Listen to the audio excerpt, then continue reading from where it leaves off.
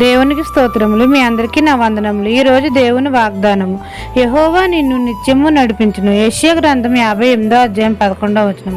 సర్వలోకానికి చక్రవర్తి అయిన మన తండ్రి అయిన యెహోవా మనల్ని నిత్యము నడిపిస్తానని మనతో సెలవిస్తున్నారు. మనమందరం ఆయన చిత్తానుసారంగా నడిచినప్పుడు, తండ్రి యందు నమ్మిక ఉంచినప్పుడు, ఆయన సన్నిధిని నిలిచి ఉన్నప్పుడు, మనమందరము ఆయన మీద ఆధారపడి జీవించినప్పుడు, సత్యమును అనుసరించినప్పుడు, ఆత్మతోనూ సత్యంతోనూ ఆయనను ఆరాధించినప్పుడు, యథార్థంగా ప్రవర్తించినప్పుడు, నీతిమంతులంగా జీవించినప్పుడు మన తండ్రి అయిన యెహోవా మనల్ని నిత్యము నడిపిస్తాడు.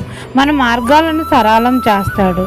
మన మార్గంలో తండ్రి తన దక్షిణహస్తంతో తన చేయి పెట్టి మనల్ని నడిపిస్తాడు. క్షామకాలమున మనల్ని తృప్తిపరిచి మన ఎముకలకు బలమునిచ్చి మనల్ని నడిపిస్తాడు. మనందరికీ దీవెనలు ఇస్తాడు. మనల్ని చల్లగా చూస్తాడు. మనల్ని నీరు కట్టిన తోట వలె, ఎప్పుడూ ఉప్పుచుండు నీటి ఊట వలె మనల్ని ఉంచుతాడు.